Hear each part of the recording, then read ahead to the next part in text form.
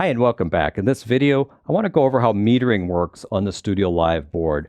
We've already touched on almost all of the features of metering, but I wanted to summarize it into a single video. So let's back up here, play back some music. I'm going to get the kick going. When I select the kick, you'll see that I get the level right here in this meter. Now the next meter over is for gain reduction. If I dial in a little compression on that channel or limiting on that channel, you'll start to see the gain reduction coming in from the top. And that means the signal's being actually turned down. When it hits a transient going above the threshold, you'll see the level coming down. And how much it comes down is reflected on this meter right here. Now the next group of meters are for the submix buses. Those are related to these faders right here.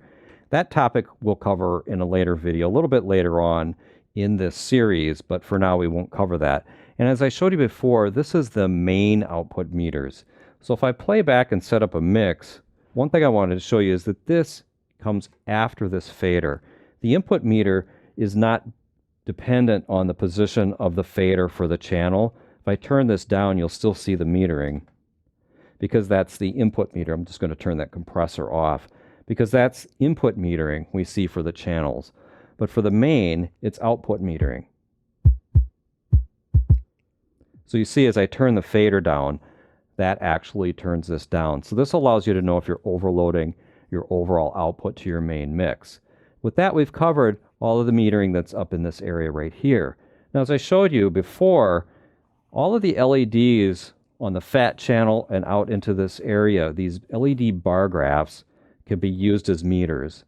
And that's controlled through this meter section right here. If I hit input, then you'll see these all become input meters all the way across the board. So if I pick something like my snare channel on 2 and turn that up, you can see that this shows I'm actually overloading that input. Now typically you want to have these set up where this indicator is coming about halfway up on this scale. And you'll see that whichever channel I have selected will also be shown here. So if I wanted to show this channel in both spots, say I select my snare channel, you'll see that it shows up here. If I hit input again, then you'll see this should be matching what I have up here for the selected channel. So that's how you do that. Now, if you wanted to see the output following the meters, that's the next button over. So that should turn all these off. This still stays on because I've got this up a little bit. And as I start to turn these up, you'll start to see what my mix looks like.